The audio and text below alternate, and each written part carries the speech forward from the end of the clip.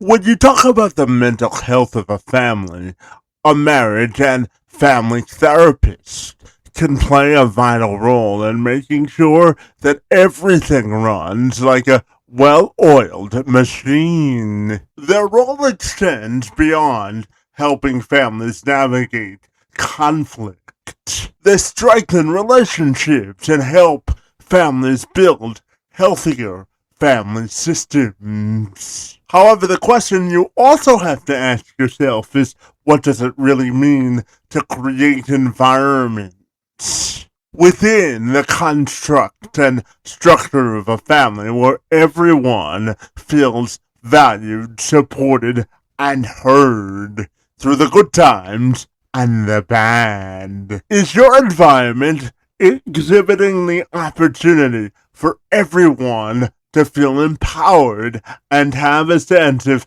personal and family growth that allows your family unit to truly flourish? Well, this is the question we're going to examine today on Let's Have This Conversation, because I had the privilege of engaging in conversation with my friend Angela Caldwell. She's a California-based and licensed marriage and family therapist, and the director of the Caldwell Family Institute in Los Angeles. She's also an educator, speaker, and specialist in family-based treatment. She spent more than a decade teaching graduate students and currently serves as an adjunct professor at California State University Northridge, where she teaches systems theory and related courses. Her clinical work includes specialized teaching and training in family-based treatment for non-suicidal self-injury, while her broader mission focuses on helping families discover shared values, improve communication, navigate conflict, and support each other's individual and family growth. Angela's approach is deeply influenced by her upbringing in El Paso, Texas. Growing up within a bilingual border culture taught her the importance of adaptability, resilience, openness, and learning to understand people beyond the words they speak. Those experiences continues to shape how she reads family dynamics, recognizes nonverbal communication, and creates space for multiple personalities and perspectives within a therapy room. Her years as a competitive athlete also continue to influence and inform her clinical practice.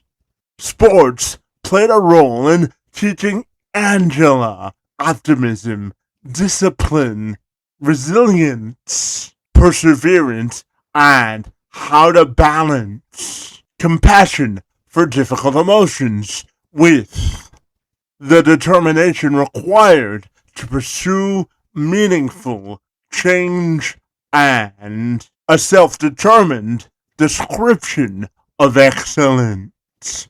At the heart of Angela's philosophy is the simple, familiar, but powerful refrain that it takes a village to raise a child. The challenges that many families and parents struggle to find their village, and even when those support systems are in place, people may not know how to effectively support families, parents, and children alike. And Caldwell joined me this week to provide clarity on this very matter. So, without further delay, I'm Kevin McShann. Let's have this conversation.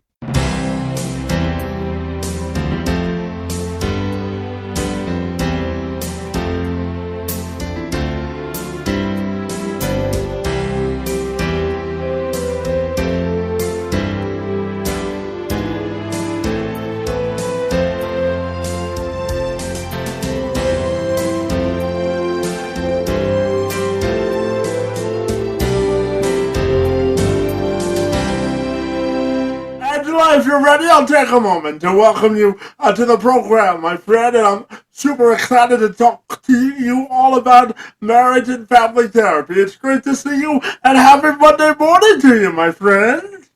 Happy Monday morning to you, Kevin. It's good to see you. Absolutely. Now, Angela, I know you work with couples and families to really get to the nitty gritty of their family values and issues that are really either helping them grow or needing to help them grow as a family unit. So I'm wondering if we can start our conversation by you defining what it means to have elite family and marriage values. And what does that mean to you, my friend?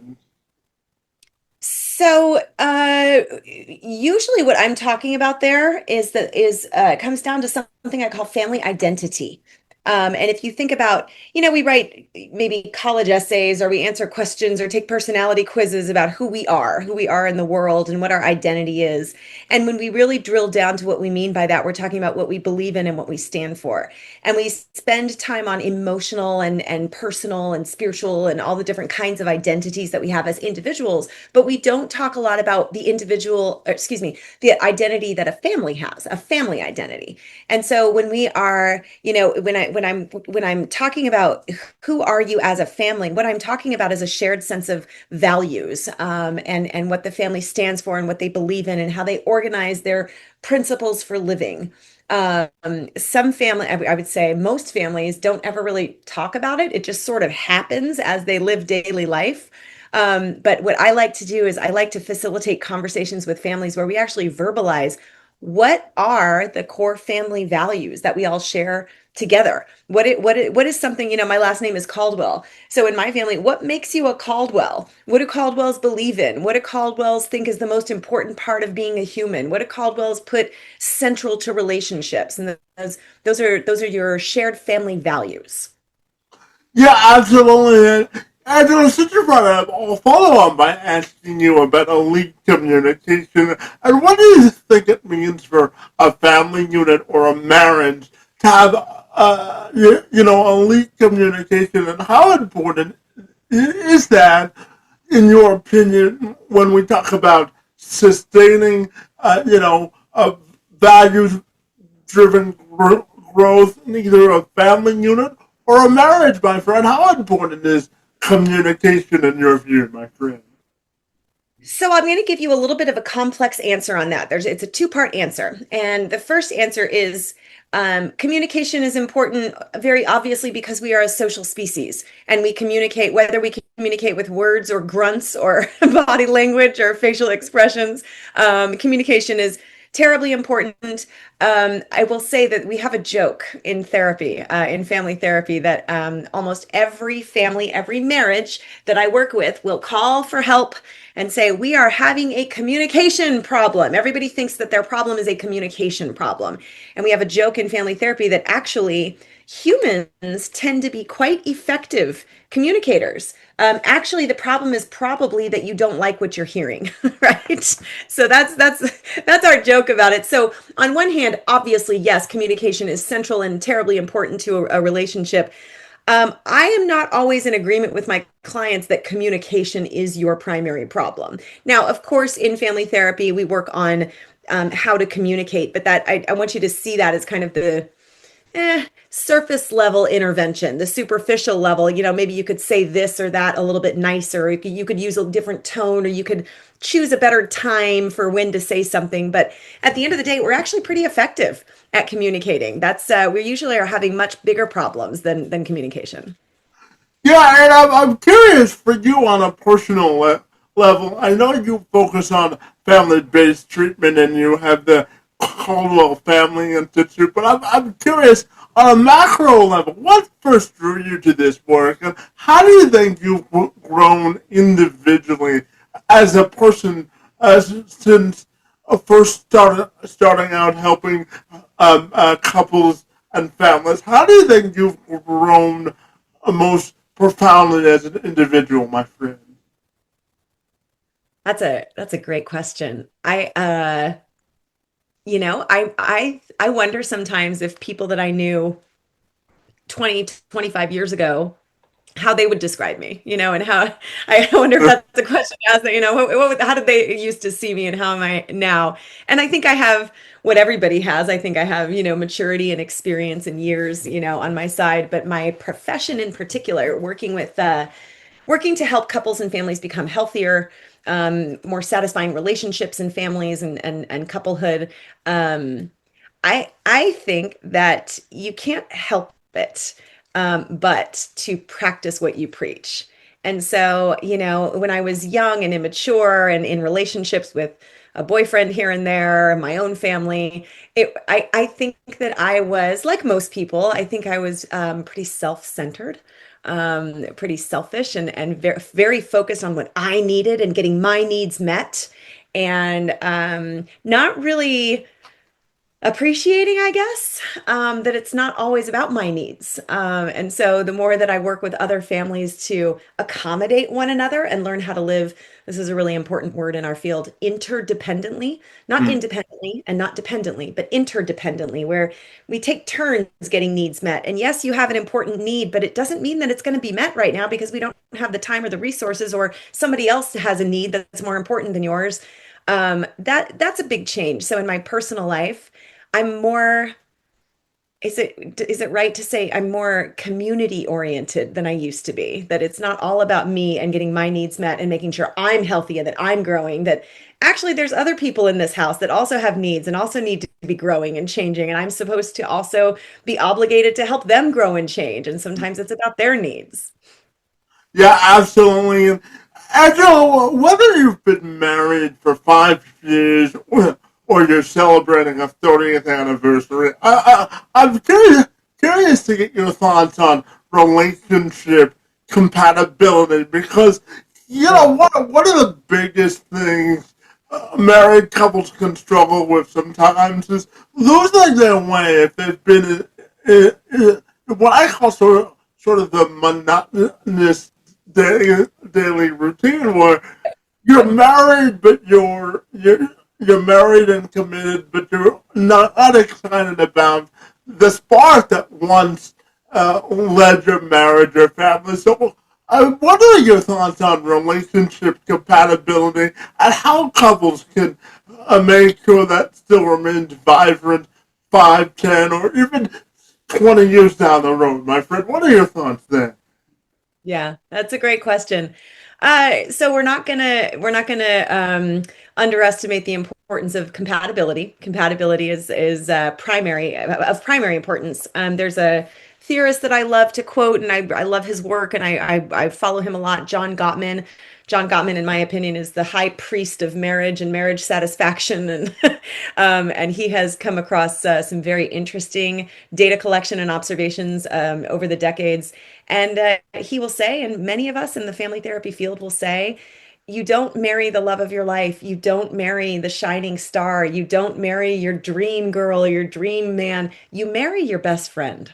And without friendship, without a lot in common, without a shared sense of humor or a shared political viewpoint or shared religious values or shared hobbies, even, we are gonna you're gonna probably be facing some tumultuous times for those couples that did marry their best friend and have been together 30, 40, 50 years and just kind of feel the mundane sort of, like you said, the monotony of day to day, day in, day out functioning. For those couples, there's a tool that Gottman has in his book, and he has an app, and he talks about it a lot.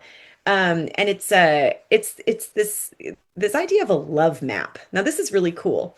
When you're with somebody for a long time, you can get complacent, maybe even a little lazy about what you know about that person. And think about like really trivial things, really superficial things like their favorite color, their favorite band, or what they like to do on a Saturday, right? And you, as a partner, you can kind of get a little hypnotized into, yeah, yeah, I know her favorite color. I know what she likes to do. I know. And knowing those things, those kind of like I like to call it kind of trivial pursuit questions about your partner, Sure. that's called a love map. If you don't take the time and be a good custodian of your relationship to update your love map, then the spark does have a risk of dying, right? And what that means is, we change over time. I'm different than I was 10 years ago. I'm different than I was 20 years ago. I'm different, and so is my husband. And I don't know if he still would consider, Everclear his favorite band anymore. And I don't know if he still likes to do what I think he likes to do on a Saturday. And so if you take the time, like watering a plant, if you take the time to sit down with each other and make sure you've updated what you consider to be known knowledge that you've known for a long time. It's one way to kind of keep that friendship flame burning. And I encourage your listeners to think of it less as a romantic spark. The romance is great and it ebbs and flows according to life. And women go through changes and periods in menopause, and men go through their changes and periods in midlife. And romance ebbs and flows, but that friendship, man. If you married your best friend and you are able to nurture that friendship, you can get through those ebbs of romance and come out the other side. And I don't know, Kevin, crazy things can happen in that bedroom. Well, friendship should be at the center of any relationship, right? Yeah.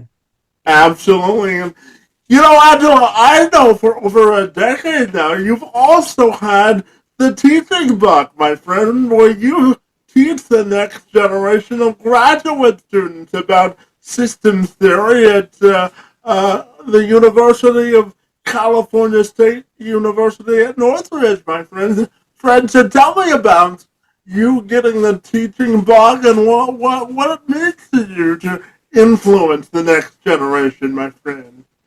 Oh, thank you. I'm a adjunct faculty at CSUN. I'm taking a break right now, but I'm headed back in as soon as I can. Yes, I like how you put it, the teaching bug. I hate to say it, but in the field of psychotherapy, the little corner that where the family therapists occupy their space, we are dying. We are a dying breed. We do not do. We live in the United States, which has always been kind of an individualistically minded country, and we think of ourselves as individuals and pulling ourselves up by our bootstraps. And if it's my problem, it's my problem, and I got to solve it. And we don't really think about family therapy or working together as a family, and so the field of family therapists is getting smaller and smaller and smaller. And that's why I had to teach. I had to try and get students to fall in love with families and fall in love with helping families and healing families. A lot of us come to this field with our own family wounds, and sometimes they are so traumatic and so painful that we tend to either dismiss family therapy as not really worth it, or see it as this Herculean task, this Mount Everest that we'll never be able to climb. And so I wanted to teach. I wanted to teach systems theory, which is the theory behind family therapy. I wanted to teach my students that families are awesome, that they're not as hard as you think. That yeah, it requires some athleticism in your mind, Mm-hmm. definitely. But Yeah. but they're so, I don't know. What I'm trying to get across to my students is that the work that you can accomplish in families is so sweet and satisfying, and in my opinion, it's even better than the work you can accomplish with an individual.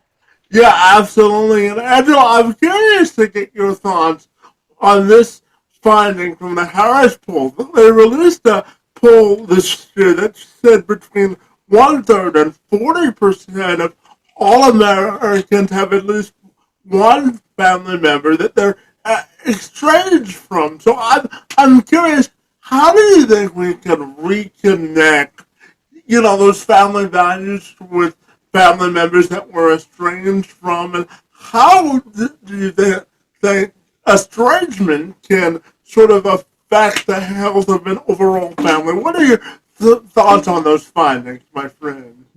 Yeah, it's pretty tragic. You ask any family therapist their thoughts on estrangement, it's the last thing we want to have happen. It's the worst outcome. The worst possible outcome is estrangement from a family member. Um, there's a guy, Josh Coleman, writes a lot about this, writes a lot about the epidemic of it, how it happens, when it's okay, when it really isn't okay, and you should try harder. Estrangement, my position on estrangement is that should be the exception, not the rule. And take a look at those statistics again. It's more and more becoming the rule. It's becoming very, very common and socially acceptable to be estranged from a family member. I think the proponents of estrangement, the ones that are on the internet, saying you should cut off ties with a given family member, in my opinion, is that they're using concepts like boundary violations or abuse quite liberally. They are claiming that there's an abusive relationship when a professional would disagree that that is necessarily an abusive relationship, that a professional might say, actually, there's some healing that can happen in that relationship, and there's sure behavior change is required, but estrangement is oh, it's a bad idea. It is really fracturing our sense of community, our sense of obligation to one another.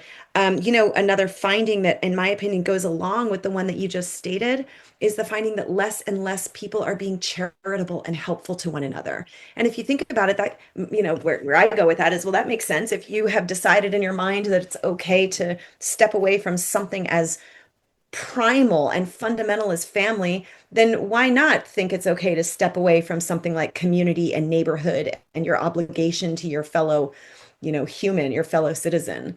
Um, how do we solve it? I don't know, get more family therapists out on the interwebs. I mean, we got a lot of influencers out there who are misunderstanding what we mean by boundaries and boundary violations. We've got a lot of influencers out there who are misunderstanding what we mean by toxic relationships. They're using that word to describe anyone they don't like. Mhm. That's not a toxic relationship, and that certainly is not a reason to be estranged from someone. As a matter of fact, the more we estrange ourselves from one another, the more we create what I call silo communities or echo chambers, where we are going to never develop the tolerance to coexist around people that have different points of view and different candidates that they voted for and different ways of looking at the world and different ways of living. Our tolerance is plummeting for difference. And if we don't start finding a way to live next to each other and tolerate one another, then yeah, I think we're looking at a future of a bunch of silos where we only communicate and associate with people who are just like us. It's awfully lonely.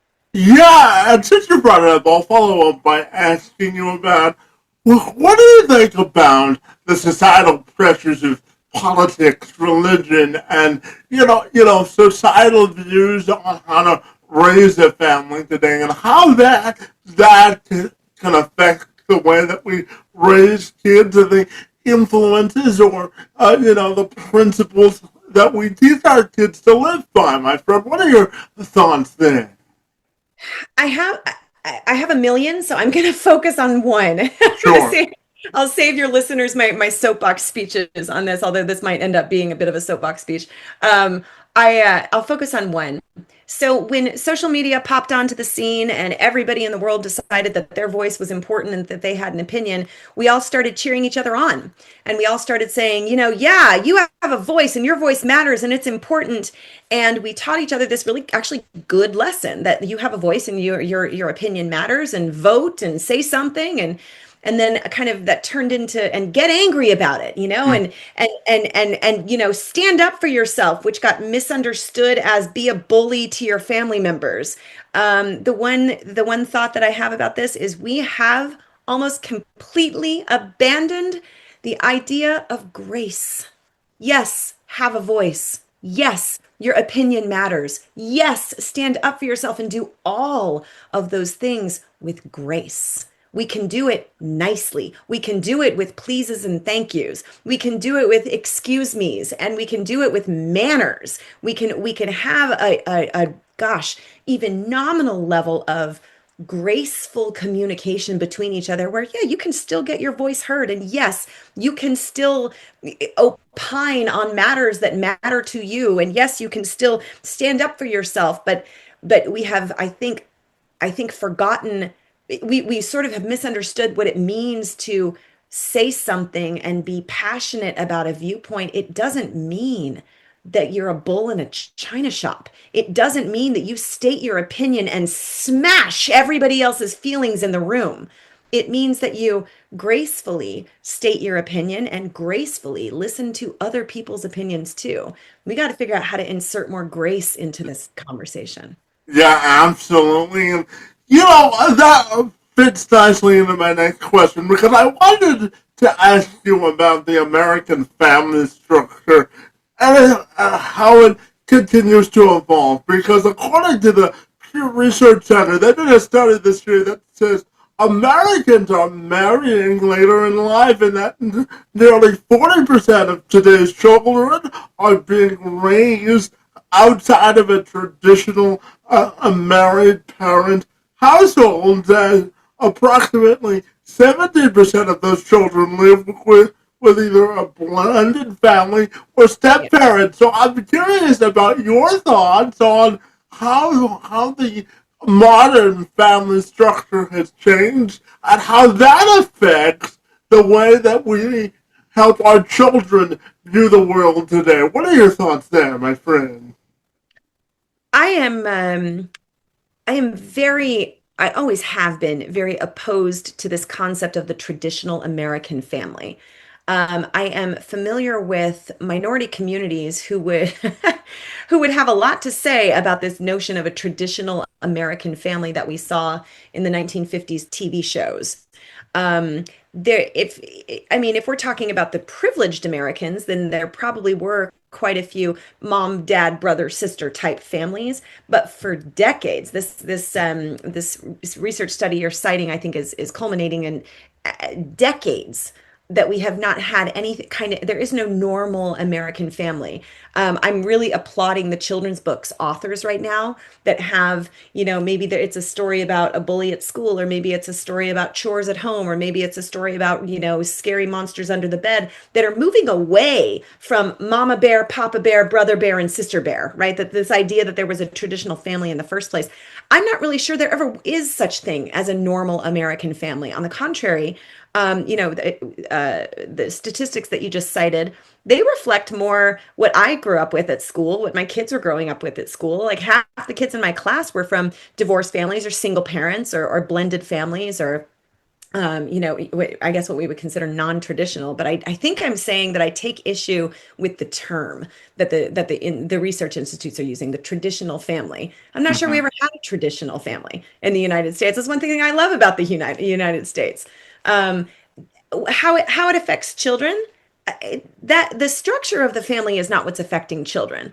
Families will operate, think of it this way: families will operate according to the resources available, just like a company will operate according to the resources available to them, or a classroom will operate according to the resources available to them. So the architecture of a family has less of an impact on kids' mental well-being or their physical well-being even than, cohesion and bondedness, family identity, shared set of family values, socioeconomic status, that kind of, that'll have more of an impact on kids' physical and emotional well-being. Sure. And I'm curious to ask you about, building a lasting family that's centered on values that matter. Because when we look at family structure and how we raise families today, I'm curious to get your thoughts on the role building a lasting marriage and the practical steps that go into that, considering things like religious beliefs or how we look at the world from a societal perspective. So, what practical strategies do you work with families when they have, those divides from a religious or raising kids perspective? What practical strategies or roadmap do you think we can offer families that are experiencing that divide, my friend? What are your thoughts there? When there is, so I it's interesting that you asked that at this time in my life, because my practice, I am currently working with a lot of families. I've got six of them right now, six families that are seeing me because of a political divide in the family. That this half of the family voted for that guy, and this half of the family voted for that guy, and this half of the family is Republican, and this half of the family is Democrat, and I'm seeing a lot of that right now. I've got it over the time. Of course, I've got families that have been dealing with religious differences in religious values, like you Hmm. said. Um, there, Here's a tip that I give everybody starting off before we even go into the conversation, before we even have any kind of emotional, encounter. These are highly charged topics and very personal to people. Um, is to check yourself before you enter the conversation and look at your agenda and be honest about your agenda. And what I have found is that most of us enter these conversations whether we're willing to admit it or not, we are entering these conversations with an agenda in our mind that we are going to convince the other party of their wrongness, right? And that we're going to pretend like we're listening and we're going to come off like we're listening. And then some people actually are trying really hard to listen, but they've got ulterior motives. And they're listening until they have a chance to prove their own rightitude, as my husband would say, right? They're listening until they have a chance to play gotcha with your opinions and show you where you screwed up and you contradicted yourself, right? They're not listening in good faith. So that one practical strategy I have is maybe easy to say, hard to do emotionally, is before you go into an encounter like that, why don't you take a look in the mirror and be honest with yourself and make sure that if you are going into this encounter, you are going in good faith and you're going in with curiosity, not with an agenda to change somebody's mind. In fact, assume that you're not going to change someone's mind. Assume that you're not. And instead, go in like a detective and see if you can gather information about why someone believes what they believe. And here's what I think you're going to find. Almost all the time, this is what my clients find. They find that their family member came to their belief system honestly, that they had a personal experience that was profoundly impactful to them, or they have thought long and hard, or read a book, or watched a TV show that influenced them and got them thinking about something, and they needed to land somewhere, and so they landed somewhere. But it's not the case often. I like, my clients like to accuse their family members of sort of blindly following or being brainwashed by a leader. And you're going to find actually, no, for most people, they came to their beliefs honestly. They had a personal process by which to get there. And I bet you don't know it. You think you know it, but I bet you don't know it. So if you enter an encounter about religion or politics or these kind of, emotionally charged topics, go in with curiosity. Go in like you're just going to find out the story of how they came to believe what they believe. And I bet you get a lot farther. Yeah, absolutely. Angela, as you know, this week for a lot of kids signals the end of summer and back to school. So I'm curious, from a parenting perspective, when we talk about screen time and back to school and getting back into habits and really communicating with parents today, I'm curious to ask you about being a connected or present parent. And what do you think it means in today's modern society to really be a connected parent, but also allowing your kids the autonomy to make their own decisions? What are your thoughts there, my friend? Let me ask you, Kevin, when you say a connected parent, are you talking about the parent's own use of screen time, or do you mean like emotionally connected to their kid? A little bit of both, so you can take that question any direction you wish, my friend. Okay. Okay. I want to give you an observation that surprises a lot of people. Sure. And it is, I got to tell you, again, let's have the grown-ups take a look. The parents that appear to come into my office complaining about screen time, their kids are obsessed with their screens or addicted to their screens. Those parents are the ones who are addicted themselves to their Mm-hmm. screens. And I have made an observation. I would love Pew or Rand or some research company to look into this, because of what I have observed anecdotally is that the families that are coming in for different problems that do not have a screen issue with their kids and their kids are not obsessed with screens, the parents are not either. I think this is a pretty simple monkey see, monkey do situation. And if you are concerned about your kids' screen use, I really encourage you to take a look at your own screen use. If you want to have a dinner table where there's no screens, are you bringing your screen to the dinner table, mom and dad? And when you're checking your phone and saying it's just real quick to return an email or check a text or schedule that carpool that you've got to schedule, do you need to do that right this second? Or is that maybe your version of an addiction, right? Mm, And so as we're talking about how to emotionally connect to our kids and how to also um, manage, screens are part of our lives now. No one's going to do what I want to do, which is to throw all of our screens into the ocean. But since they're part of our lives now, okay. So how do we have screens in our lives and also stay present with one another? mm. Set an example for the love of God. Set an example. Get off your own screen. And if you don't think you have a problem, check your settings. Look at your own screen use. Also careful with justifying. Yeah, but I'm on my screen because I have to. Yeah, but I'm on my screen because of work.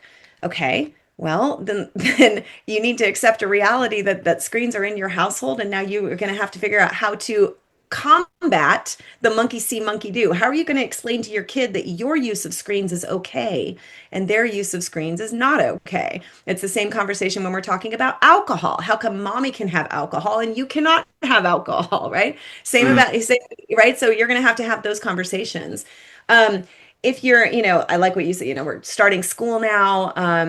I don't know about you, out here in California, we're seeing a really nice movement. It's quiet right now, but it's getting louder and louder. There's a movement in the school districts to get rid of screens. They're moving away from YouTube videos and having kids do pen and paper assignments. There's a school district out here that has a percentage requirement. Like I forget what it is, but some percentage of school assignments have to be pen and paper. They cannot be on Chromebooks. We had another, I think it was a middle school out here who got rid of all the Chromebooks, moving away from screens. There's a couple of studies coming out about Gen Alpha, the little kids, my kids, like the 8, 9, and 10-year-old kids. It's something huge. I'm gonna have to go back and look at it. Maybe you can find it and put it in the notes, but it's something like 4-to-1 kids are choosing interactive activity rather than screens or video games or YouTubes, there more and more we are moving away from screens, and it might be because the grown-ups are waking up and we're putting our phones down and we're not choosing to be on our laptops anymore. Yeah, well, my parents always told me that you model the behavior you want to emulate, right? Exactly. A- Exactly. Absolutely. Angela, I'm also curious to ask you about the role psychological safety plays in marriage and family life. We hear a lot about that when it comes to the workplace, but I'm curious about your thoughts on the role psychological safety plays at home, and how do you think psychologically safe and emotionally connected families really have the opportunity to grow and sustain an emotional bond that is connected and thriving, my friend. What are your thoughts on psychological safety at home, my friend? I will confess I don't use the term a lot. I know what you mean. I don't use the term a lot. But I the two sort of superficial thoughts, and then I'll go a little bit deeper. One is the principles of psychological safety that we talk about in the workplace, they shouldn't be any different than the ones at home. We should apply those same principles at home. We should make it safe to disagree. We should make it safe to speak up if you're being mistreated. Um, the second thought is there are parenting experts that I think have done a better job than I'm going to do right now. A fantastic job describing what a home environment feels like when it's, as you're saying, when it's psychologically safe. Um, a more in-depth answer might be, you know, we have to, before we dive into the concept of psychological safety, we have to discern the difference between safety and discomfort. As you said, I'm a teacher of grad students. A lot of my grad students are the beloved millennials and Gen Zs that I like to tease a lot. And what I tease them about in my classes is that just because you are uncomfortable does not mean you are unsafe. And so if someone says something that you don't like, that's not psychological unsafety, your psychological safety is not being threatened just because someone doesn't behave socially in a way that you approve of. That's not threatening your safety. Psychological safety in the workplace, in a classroom, at home, I think refers more to do I feel do I feel safe to be myself? Is it okay to be me? That's a muddy, messy idea to try and define. Because, am I safe to say whatever I want? Well, no. And you shouldn't ever feel safe to say whatever you want. We shouldn't go around like belittling and abusing people. That's You should not feel safe to do that, right? Mm. Should you feel safe at all times? Well, no, because there's parts of the world that are kind of dangerous, and just because you're unsafe doesn't mean you don't know how to get out of them, or your parents will get you out of there. Um, and again, going back to discomfort, the only way that my clients grow is if I make them uncomfortable. You have to become uncomfortable with your current state in order to make any kind of change, and that's not a lack of safety. At home, making a child feel psychologically safe would be would be balancing. And again, you're going to have to go to these parenting experts that talk about this in such better detail than I will. You have to go to this concept of balancing what it means to have a firm structure and also respect for your own child. So we don't dismiss child. We don't say things like you wouldn't understand, or you're too young, or oh honey, that's so cute. All of those are very dismissive, and they seem kind of benign, like they don't really hurt that bad. But those can really undermine psychological safety. Like, oh, then, I don't, what you're doing there is telling a kid I don't matter. Now we're getting into psychological safety, right? That's different than discomfort. There's the egregious ones. Those are obvious. You don't verbally abuse a child. You don't do name calling in your house. But those are egregious, and I don't see a lot of families doing that kind of thing anymore. That would, of course, threaten psychological safety. But creating an environment where a child feels like what they have to say is important, and what they think about a given situation matters. That's how to create a sense of psychological safety in the house.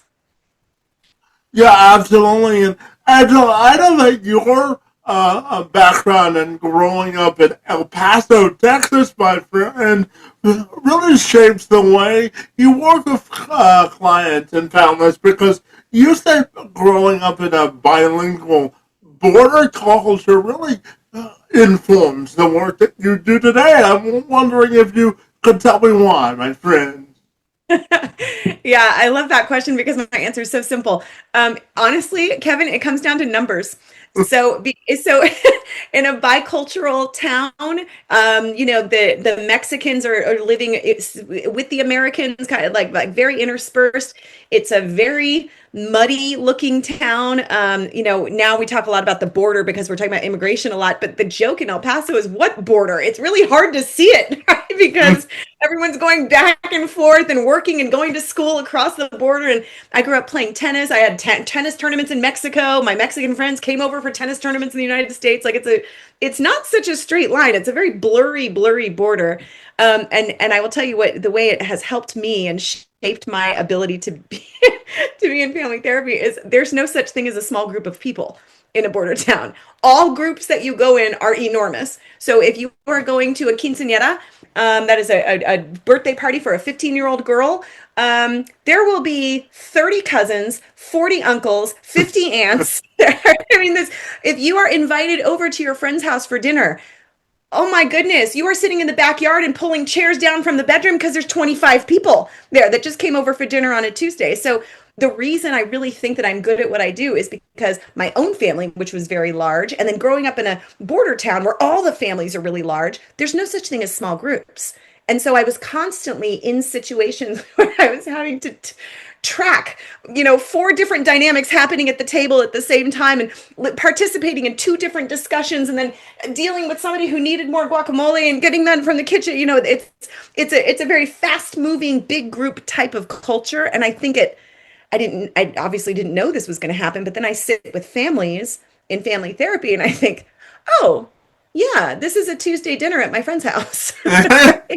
Yeah, absolutely. And you also said that your ability to read body language, and this goes to probably your growing up progress too, but it also helps you to service families and couples better. So tell me about the importance of reading body language and how it can help you become a better therapist and really get to the root cause of issues, my friend. How important is Yeah. body language to you, my friend? That's a great question. It's crucial. It is crucially important to what I do. You cannot do family therapy without being fluent in body language.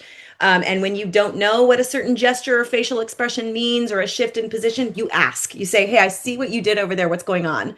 Hey, I saw that look on your face. What does that look mean?"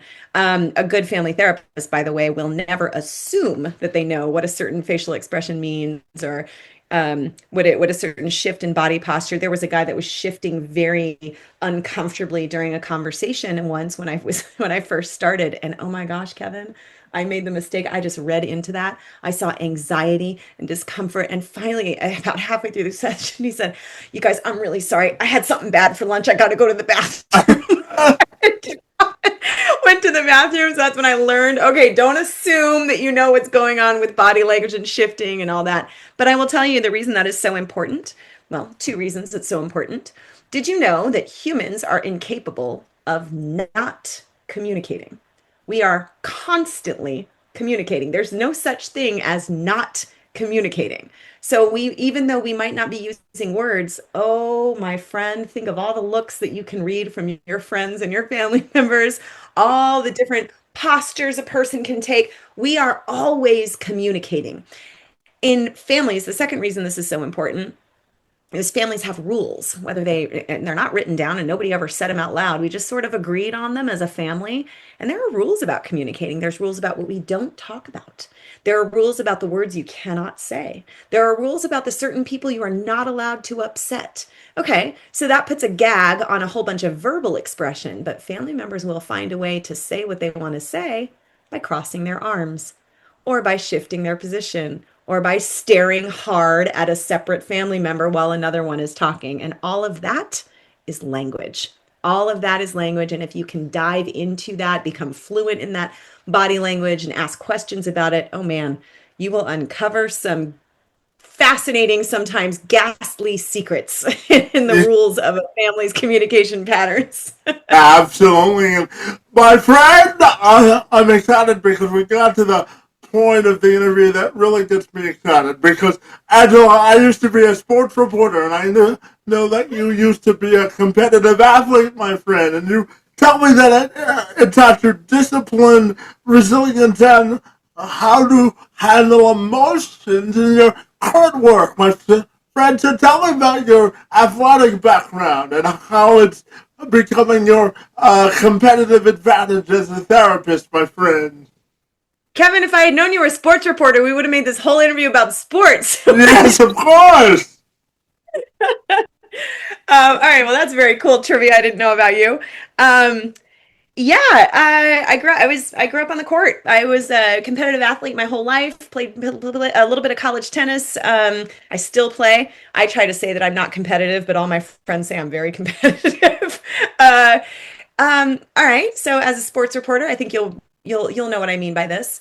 An athlete has to have very high pain tolerance, right? So Mm, and that pain tolerance is not just physical. So, right now I'm in LA, it's 100 degrees. And we have to play in this heat. All right, well, you got to tolerate it and shut up, right? You have to you have to be able to play your sport in pretty high heat, or I might get a cramp, or, growing up, you could roll an ankle. And even though it's not a terrible injury, you don't have to get off the court for it. You got to play through it, right?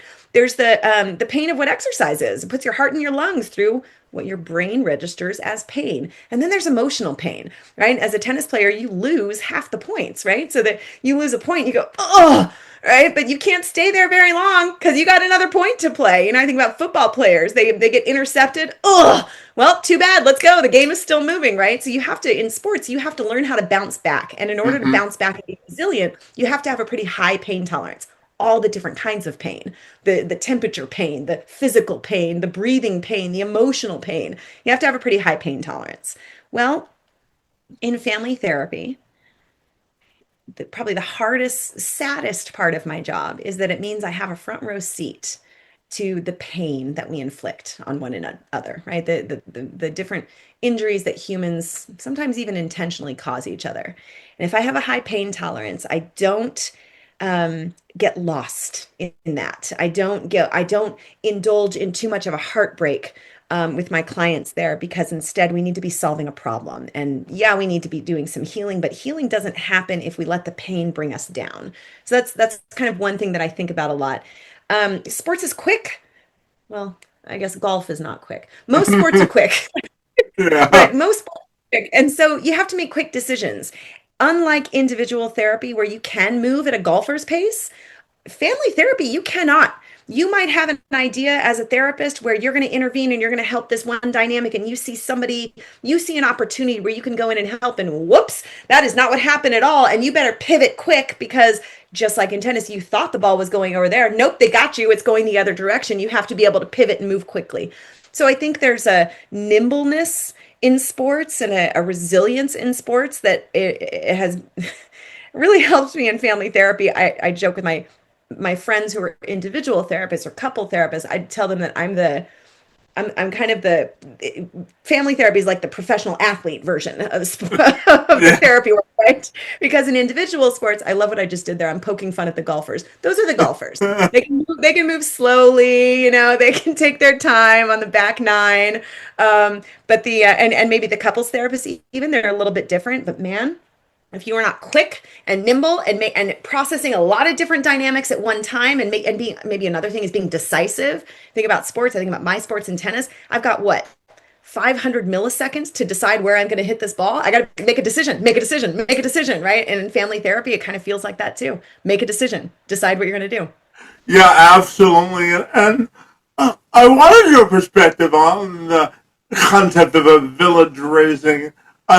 It takes a village to raise a child because I know you have a unique perspective on that, and I'm curious to get your thoughts because you said that many parents today feel isolated and sort of disconnected from that village. So I'm curious about how we can help rebuild villages to raise a child, and even if those supports are in place, those communities don't often know how to support those families because each individual family and child dynamic is different. So I'm curious to get your thoughts on the new modern definition of it takes a village to raise a child, and what we really should be focusing on to create those villages to raise successful children. What are your thoughts there?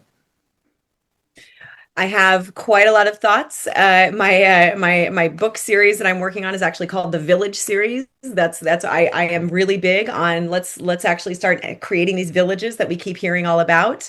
I don't know if there's a difference in the modern definition as that there was in the ancient definition. It's all of us taking responsibility for child rearing.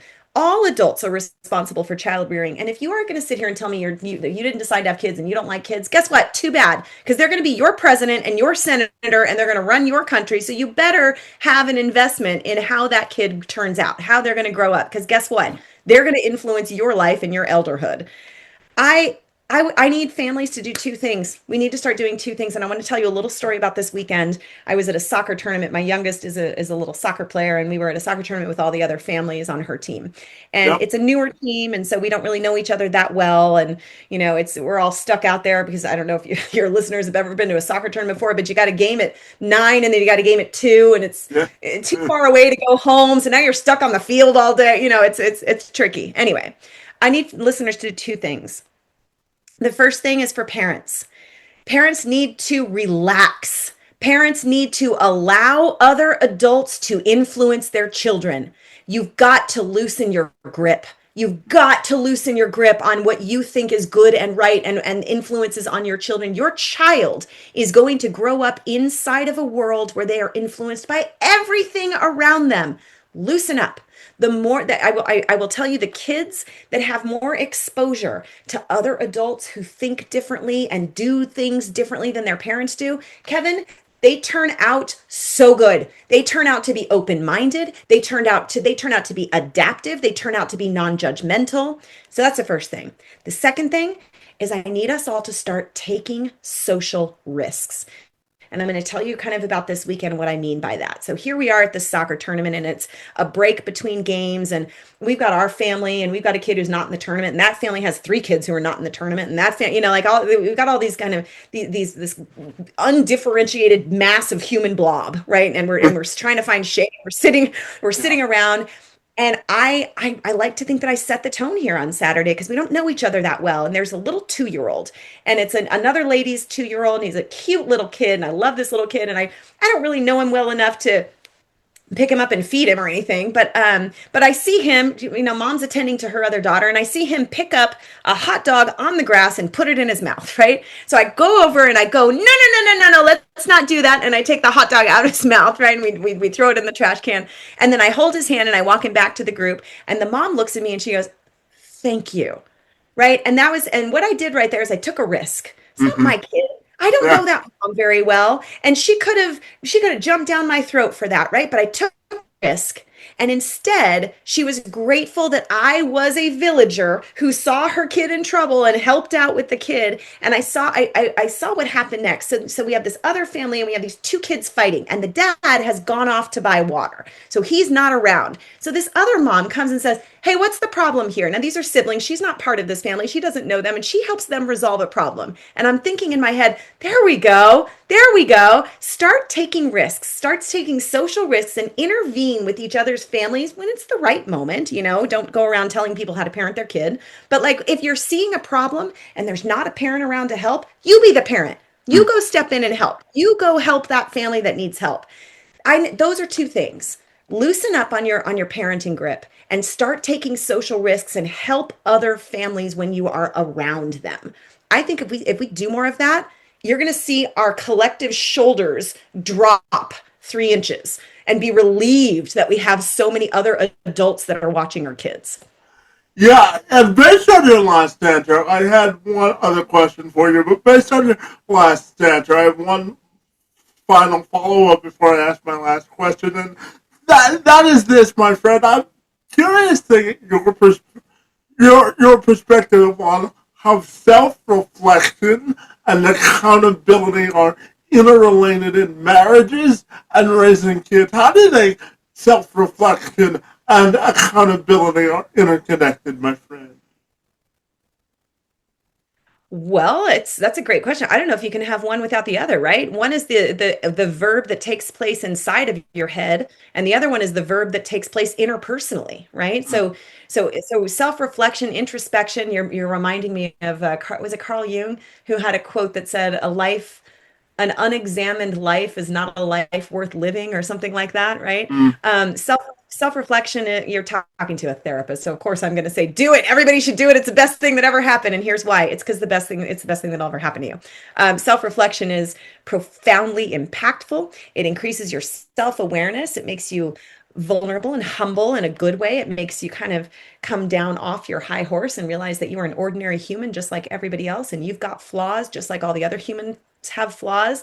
My clients that do self-reflection become extremely forgiving of other people around them, extremely forgiving of human flaws and deficits and shortcomings of other humans. And accountability is sort of the action that comes with the mental work, right? So the mental work is, gosh, I don't know if I've been a very good sister to my siblings recently. Well, the accountability is, and I'm going to do something about that, right? The self-reflection could be, man, I've been really, really lazy at work, and I've been kind of cheating and sort of finding shortcuts and being complacent. And accountability is the action. And so I'm going to do something about that. In marriages and families, if, one thing that my husband and I believe in down to our bone marrow is that if we are accountable to our own children of our shortcomings as parents, they will be accountable to us, to each other, and to their classmates. And so we again, it's kind of that monkey see, monkey do thing. If we are reflective enough to sit back and spend 2 minutes in bed, grading yourself on your day. Did you get an A or a B plus? How'd you do today as a parent? What were your shortcomings? And then come to your children and say, hey, I think I kind of screwed something up back there, and explain what your screw up is and say, and I'm sorry about that. And here's what I'm going to do differently, and tell them your plan for what you're going to do differently. Well, what you just did there is you just showed your kid how to do it. This is Mm-hmm. how you do it on the playground. This is how you do it when you get old and get married. And this is what a adult who's not a jackass. This is what they look like, right? This is the kind of thing they do. Yeah.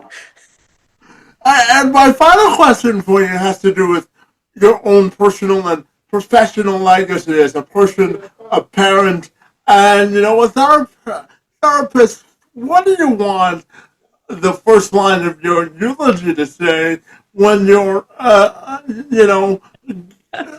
your funeral or at the end of your career? What do you want the first line of your eulogy to say, or the first line of your retirement toast, my friend? What are your thoughts there?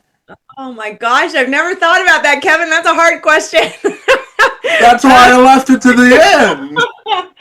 Okay, the first line of my eulogy will be, man, that woman had a great collection of shoes. Okay. And then, okay, after that, after the shoes, because I have really great shoes. All right, after the shoes. Okay, what do I want people to say? Let's see. Okay, I want it known that I was able to see what's really important, and I was trying to teach other people to see what's really important, and that everything else is noise. That we don't take our wealth and our accolades and our academic achievements and our trophies and our medals. We don't take that with us when we go. And on our deathbeds, none of us are asking for any of that. The ancient Egyptians had that all wrong. They did not want to be buried in tombs with their gold and their armies. They wanted to be with their families. That's what we ask for on our deathbed. We want to hold the hands of the people that mattered the most to us. And that's what I want my legacy to be, is I want the people who I influence, if I can reach people, I want them to think of me as a person who reminded them that all this other stuff doesn't matter. What matters are your kids and your spouses and your parents and your siblings. And so if you're going to put energy into something, for God's sake, put it there. Put your energy there. Yeah, absolutely, my friend. Angela, I could talk to you for the next hour and a half, but I'll end our initial conversation there, my friend, and ask you if people want to get connected with you. What's the best way they can do that, my friend? Oh, I'm easy to find online. It's Angela Cald. If you Google Angela Caldwell and, like, I don't know, family therapist or therapy or something like that, you'll find me. My website is caldwellfamilyinstitute.com. It's all one word, Caldwell Family Institute, and you will find my phone number and my email and my main information line on there. I'm very easy to reach. Hopefully, I hope I'm easy to reach. I'm sure in the modern age of the internet, the invention of Google can help us all, right? Sorry, Google saves the day. Absolutely. Well, my friend, first and foremost, I want to thank you for being here, for getting up early, and providing your insightful insights on marriage and family therapy, and agreeing to engage in conversation with me this morning. It's most appreciated. Kevin, this was a blast. Thank you so much for having me.